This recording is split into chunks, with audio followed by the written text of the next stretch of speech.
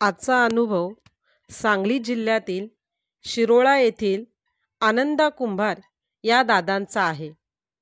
या अनुभवाचा संदर्भ अनुभूतीच्या प्रकाशवाटामधून घेतला आहे. दादा सांगतात की त्यांच्या आईच्या पोटात अचानक खूप दुखू लागल्यामुळे ते आईला दवाखान्यात घेऊन गेले. तेव्हा पहिल्यांदा डॉक्टरांनी केवळ वेदनाशामक औषधे देऊन परत पाठवले.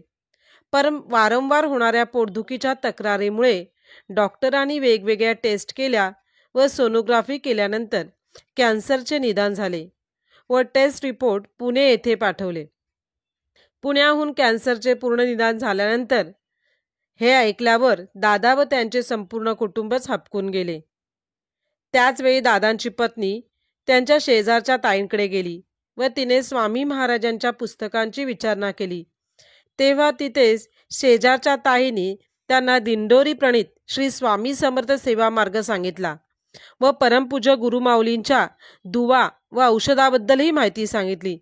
तेव्हा सर्व कुटुंबाला घेऊन दादा गुरुपौर्णिमेचा मुहूर्त साधून श्री क्षेत्र त्र्यंबकेश्वर येथे गेले. परमपूज्य गुरुमाऊलींचे दर्शन घेऊन दुसऱ्या दिवशी दिंडोरी येथे रानभेंडीची मुळी आणण्यासाठी गेले असता दिंडोरी येथील आयुर्वेदिक विभागात मुळी उपलब्ध नसल्याबद्दल सांगितले.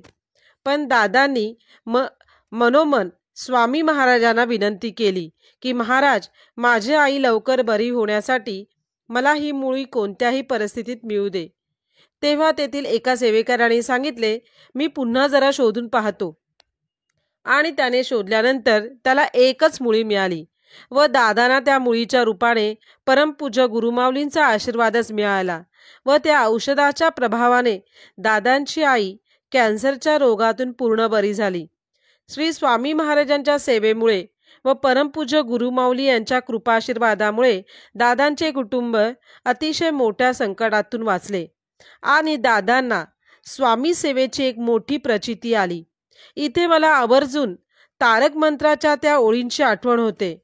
ती म्हणजे, उगाची भितोसी भय हे पळू दे, जवळी उभी स्वामी शक्ती कळू दे, जगी जन्म मृत्यू असे खेळ ज्यांचा, नको घाबरू तू असे बाळ त्यांचा. श्री स्वामी समर्थ.